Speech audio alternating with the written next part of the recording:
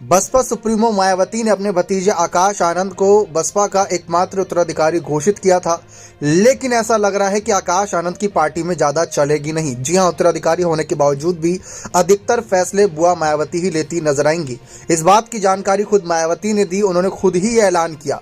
दरअसल जब से मायावती ने ऐलान किया था कि आकाश आनंद एकमात्र उनके उत्तराधिकारी हैं, लगभग सभी राज्यों में उनको जिम्मेदारी सौंप दी गई, उत्तर प्रदेश और उत्तराखंड को छोड़कर। लेकिन इस बीच सोमवार को मीडिया के सामने समक्ष पेश हुई मायावती ने अपने संन्यास से लेकर तमाम बातों पर खुलासा किया। मायावती ने साफ किया कि मेरी जिंदगी की आखिरी सांस भी पार्टी को मजबूत बनाने में ही लगी रहेगी। इसी के साथ उन्होंने पार्टी कार्यकर्ताओं और समर्थकों से अपील करते हुए कहा कि इस किस्म की फर्जी व गलत खबरों से गुमराह नहीं होना चाहिए। यानी कि मायावती को लेकर खबरें थी कि मायावती ने जब आकाश आनंद को अपना उत्तराधिकारी सौंपित कर दिया है तो फिर कहीं ना कहीं वे आगे चलकर सभी जिम्मेदारियां निभाएंगे और मायावती संन्यास ले लेंगी। लेकिन मायावती ने साफ किया कि ऐसा कुछ नहीं होने वाला। वह बसपा पार्टी को मजबूत करने के लिए जब भी जरूरत रहेगी और खासकर जरूरत ना पड़े तब भी बसपा को मजबूत करने के लिए हमेशा लगी रहेंगी, जी जान तक, आखिरी सांस तक। तो यानी कि आकाश आनंद उत्तराधिकारी बने हैं, लेकिन उत्तराधिकारी वाले ज्यादातर फैसले मायावती ही लेती नजर आएंगी।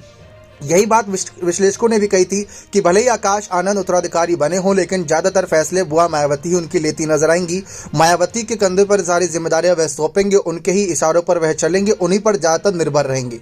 अगर देखा जाए, जब कांशीराम जी ने मायावती को जब जिम्मेदारियां सौंपी तो मायावती पर बहुत कुछ उन्होंने सौंप दिया था और खुद राष्ट्रीय राजनीति के लिए निकल गए थे। लेकिन ऐसा यहाँ पर नजर नहीं आ रहा है, क्योंकि मायावती अधिकतर फैसले उत्तर प्रदेश से जुड़े खुद ही ले रही हैं। आकाश आनंद ने कुछ ऐसे फैसले लिए हैं जो डिजिटल चीजों से जोड़ रहे हैं, युवाओं को जोड़ रहे हैं। लेकिन उसका कितना असर होगा, उसका कितना फायदा मिलेगा, ये तो चुनावी माहौल बताएगा। लेकिन ये बात साफ है कि बसपा के उत्तराधिकारी भले ही आकाश आनंद बने हो, लेकिन फैसले आज भी मायावती ही ले रही हैं।